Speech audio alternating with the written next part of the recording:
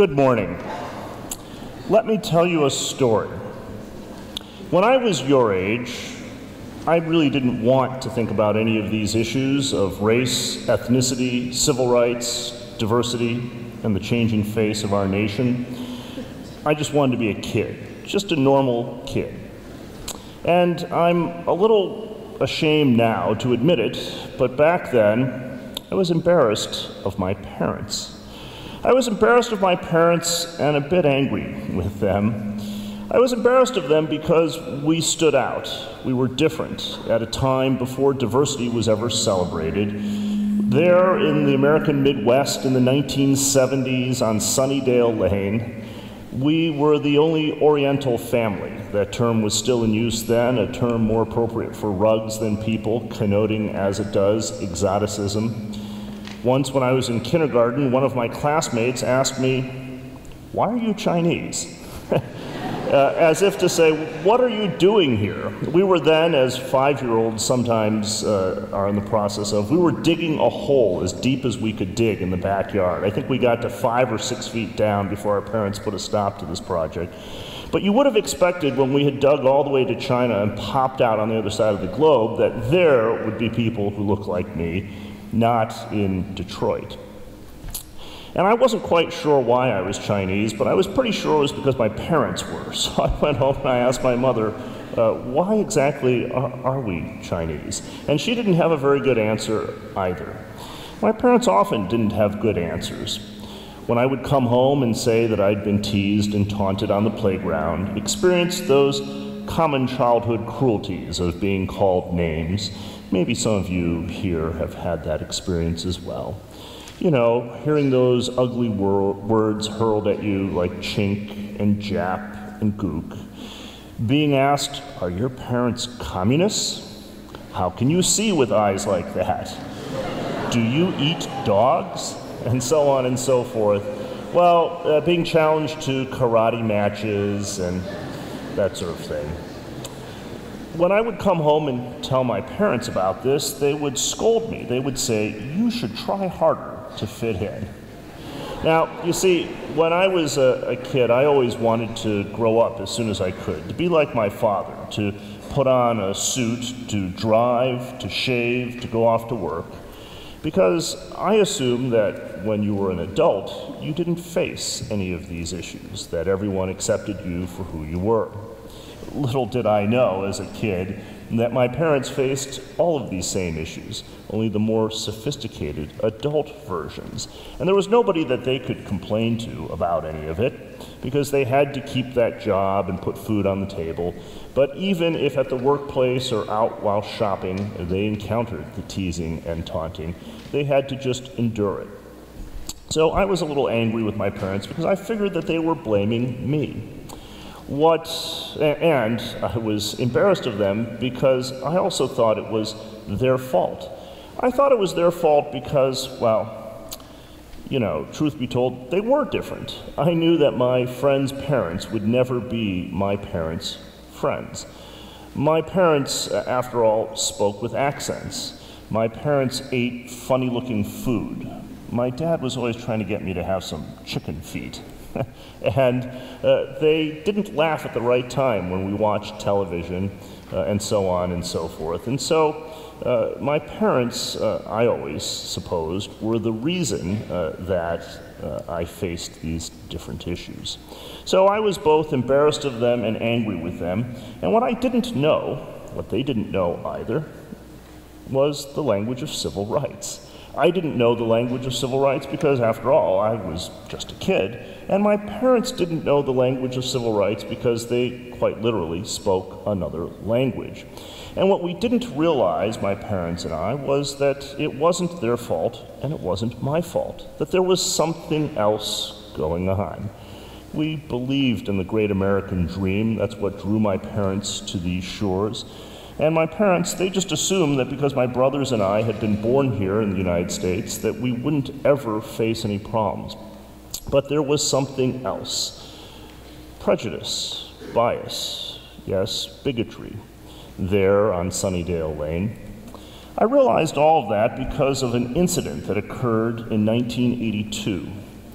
It was a vicious hate crime, and it was at that moment that I saw the importance of standing up and speaking out, that we had not just rights but responsibilities, that there was a cause to which we could be dedicated, by which we could realize the American dream, help this great nation make good on its ideals.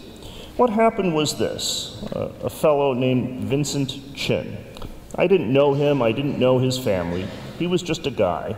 He was 27 years old, so he's older than I was. I was just in high school then. He was 27, of Chinese descent, a US citizen, a working class kind of guy.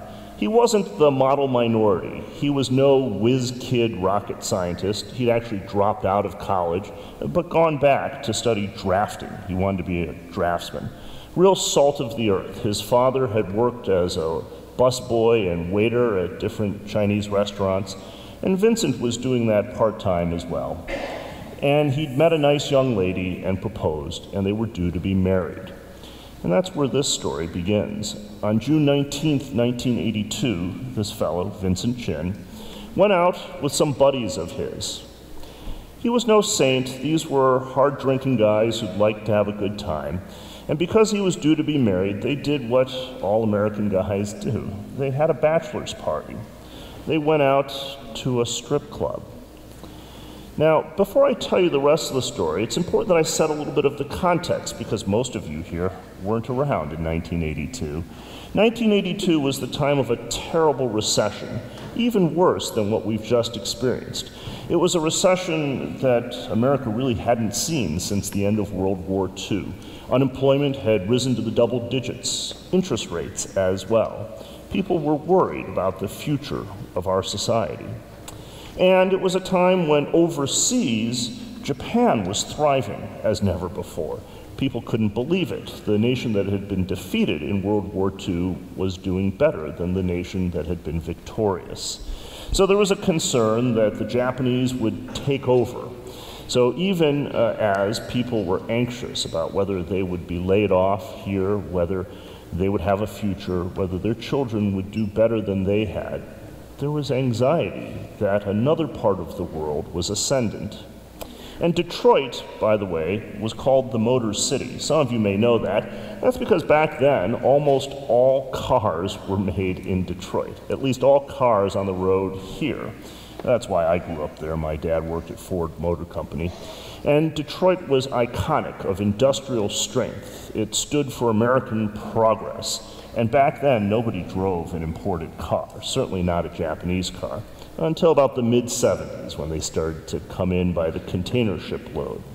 So there in Detroit in 1982, at a time of doubt, at a time in a particular place of the greatest fear that this nation would be surpassed, this fellow, Vincent Chin, went out for his bachelor's party. So let us return to this story. In a seedy part of town, with three buddies of his, he was enjoying the evening. Probably he'd had a little bit too much to drink, as had others. And there were two other gentlemen at that strip club. They were white, they were auto workers. Truth be told, they actually were like Chin. They were hard-drinking guys. They were no strangers to the seedy part of town. And they too liked to have a little bit too much to drink at night. So in this volatile set of circumstances, with all of these factors, these individuals encountered one another. They were different, though, in the color of skin, in the texture of hair, and the shape of their eyes, and that may be all that mattered. For these two gentlemen, it was a father and a stepson, when they saw Chin and his buddies at the strip club, they started to use some racial slurs, according to witnesses, those same slurs that I'd heard on the playground, you know, chink and jap. They used a slur you hardly ever even hear anymore, nip. And then one of them, according to witnesses, said, and you'll have to pardon this language in a chapel, one of them looked over at Chin and said, "You little motherfucker, it's because of you motherfuckers that we're out of work." That meant that it didn't matter to them that Chin was Chinese, not Japanese, that he was an American, not a foreigner, that he was a working-class, salt-of-the-earth kind of guy, just trying to get by, no different than them. In their eyes, he represented Toyota, Tokyo. He stood for everything that they feared about this economic change. Well, before the evening was out, and there are many details that I will spare you, but before the evening was out, after fisticuffs in the strip club and they'd been thrown out, these two gentlemen drove around the neighborhood looking for Vincent Chin, because everyone had scattered after they were out in the parking lot, and they told a bystander that they'd give him $20 to help them catch the Chinaman because they were going to bust some heads. Well, at a McDonald's a few blocks away on Woodward Avenue in the heart of the city, that's the major thoroughfare, on an evening after the sun had set, the Detroit Tigers having won a baseball game, there being a huge crowd there celebrating, the two gentlemen, they found Chin. The stepson pushed him or got him in a bear hug, sort of got him out in the street, and the stepfather, using a baseball bat that he had in the trunk of his car, started to take repeated swings at Chin, at his head and body, until literally he had cracked his skull open. And with blood and cerebral matter and spinal fluid pooling onto the pavement beneath him, Chin crumpled, lapsing into a coma, uttering the last words, "It's not fair." A few days later, his family ordered life support pulled, and Chin died of the mortal wounds that had been inflicted upon him only a few miles from where I had grown up. Wounds inflicted upon him because, in the eyes of his assailants, it was his fault. It was his fault that they suffered economic anxiety. A 27-year-old Chinese American mistaken for a Japanese foreigner, blamed for the success of imported cars. The guests who would have attended his wedding went to his funeral instead. And then, a few weeks later, sober, cleaned up, dressed in their Sunday best, represented by counsel, the two attackers appeared in state court. They never denied that they had killed Chin. They never for a moment questioned the charges against them. They could scarcely do that. There were dozens of witnesses who had seen this. Indeed, two off-duty cops had stopped the beating, one of them having to pull his service revolver. He would later testify that the stepfather was swinging so hard it looked like he wanted to hit a home run, and that even after ordered to drop his weapon, he continued to do so. Well, the two defendants took a plea bargain. That happens from time to time in our criminal justice system. They admitted that they had done this act, but denied that it was because of race. They always said that that wasn't the motivation, that it was just a bar brawl that had gotten out of hand. And on that basis, the judge, hearing nothing from the victim's family or friends, the practice then was the prosecution didn't even bother to show up if there was a plea bargain, because the docket of the court was so full of violent crimes there in Detroit in the early 1980s. Well, the judge sentenced the two to probation for 3 years and a fine of $3,000.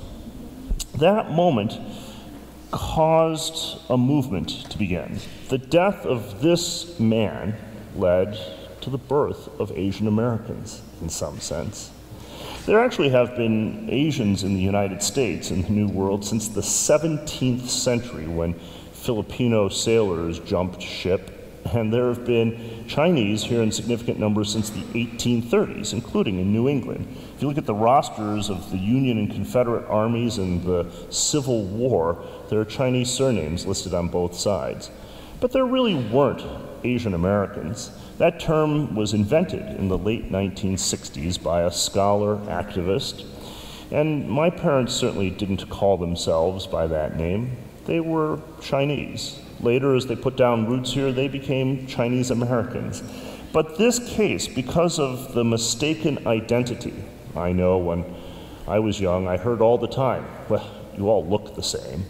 And so this case brought together people whose ancestors would have been at war with one another in Asia, where there also aren't Asians. People in Asia don't think of themselves with Pan-Asian identity, not generally. They think of themselves according to much more distinct ethnic groupings, or regions, or languages, or clans. But this case made people see the importance of coming together, of marching, of giving speeches, something that no one had ever seen Asian Americans do before. And it also made clear that we had to proclaim that we were Americans, that we were here to stay, that we weren't just sojourners, not visitors, that we were second, third, fourth, fifth generation even, that there were people who were adopted, people of mixed race background, people who had just as much right as their neighbors to pursue their lives, to write the scripts that they would follow, rather than conform to stereotypes. And so it was in that moment that I came to see how important it was to do this work, to not ignore these issues, to not try to push them aside, to acknowledge, as difficult as it is from time to time, as uncomfortable as it makes us to confront these subjects, that we had a duty to do so. So let me come to my conclusion by telling you a little bit about some of my friends who know that I do this work. Some of them say to me, "Why? Why are you obsessed with race?" And they shrug and they say, "You know, I don't think about it all that much myself." To which I'm always tempted to reply, "Well, yes, exactly. That's part of the problem." But their inquiry is so sincere and so earnest because it's often followed then by the question, why do we have to keep doing this? Haven't we passed laws? Don't we all understand now that racism is wrong, that sexism is wrong, that we should celebrate diversity and all of our backgrounds? And haven't we done enough? Don't we have books and speakers and convenings and trainings? Some of my friends, these are good-hearted people. They're well-meaning people. They're smart people. Why, some of them marched back in the day in the civil rights movement. Some of them recall being there in 1963, 50 years ago, under the hot sun in Washington, D.C., when Martin Luther King Jr. gave his famous "I Have a Dream" speech. It's funny how many people remember being there, even people too young to have been there. But be that as it may, I trust in the good faith of all of my friends, because I take very seriously this question they ask, which is, why are we still at it? Why doesn't this end? Shouldn't it be over by now? And my reply is, well, I don't think it will ever be finished. And they shake their heads and they say, oh, you're such a pessimist. That's such a cynical view. You think our children and our children's children and their children as well will still have to discuss these issues? And I say, actually, it's as an optimist, as a believer in the American dream, that I would insist that none of this is ever over, that we march, we rest our weary feet, and we prepare to march again. That even in this time when people want us to be post-racial, when they say, well, if you hear a slur, it's just a joke, it's ironic, you can laugh it off, what's the big deal? And yet, the internet and social media with its angry culture shows us time and again that people will still, even now, proclaim their hatred. Recently, Cheerios ran an advertisement, just an ad, just a commercial for cereal. But it was a little different than most other television ads, because this commercial featured an interracial family. You can watch it on YouTube if you want, and when it was posted to social media, the angry, hateful comments, and I'm not characterizing these comments as bigotry, the people who wrote them anonymously would say themselves that they were bigots, despite hiding behind their handle and a secret identity. In fact, it was so bad that some of the sites that displayed this ad just said they wouldn't accept comments anymore. That was just a little reminder. It wasn't much of anything. It's just someone trying to sell cereal to us consumers. But it revealed how race is always there in the background. So I explained to my friends, I offer an analogy. That is a law professor's stock and trade, and I end by offering it to you. Maybe diversity is like democracy, a process, not an outcome. Think for a moment about democracy. And it doesn't matter who you voted for, it doesn't matter what party you favor, it doesn't matter your perspective on the government shutdown. Just think about democracy for a moment. What makes the United States that city upon a hill, that famous phrase, what we seek to offer to others, this unique experiment in self-governance. Democracy is a process, not an outcome. When an election is held, as it's held every couple of years, some places every year, and in New England, the notion of the town hall, of people coming together, an entire community gathering to deliberate, that's an especially strong tradition.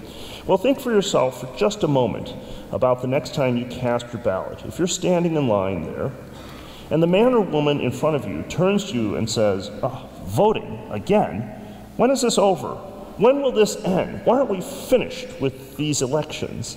You would realize this person missed an important civics class when they were younger, that they misunderstand, that the point is to be engaged, to roll up your sleeves and to say, yes, as frustrating as it is, even though we could always improve the process, we must come out in numbers and articulate our view, run for office, support candidates, learn about the issues, because democracy depends on our active participation.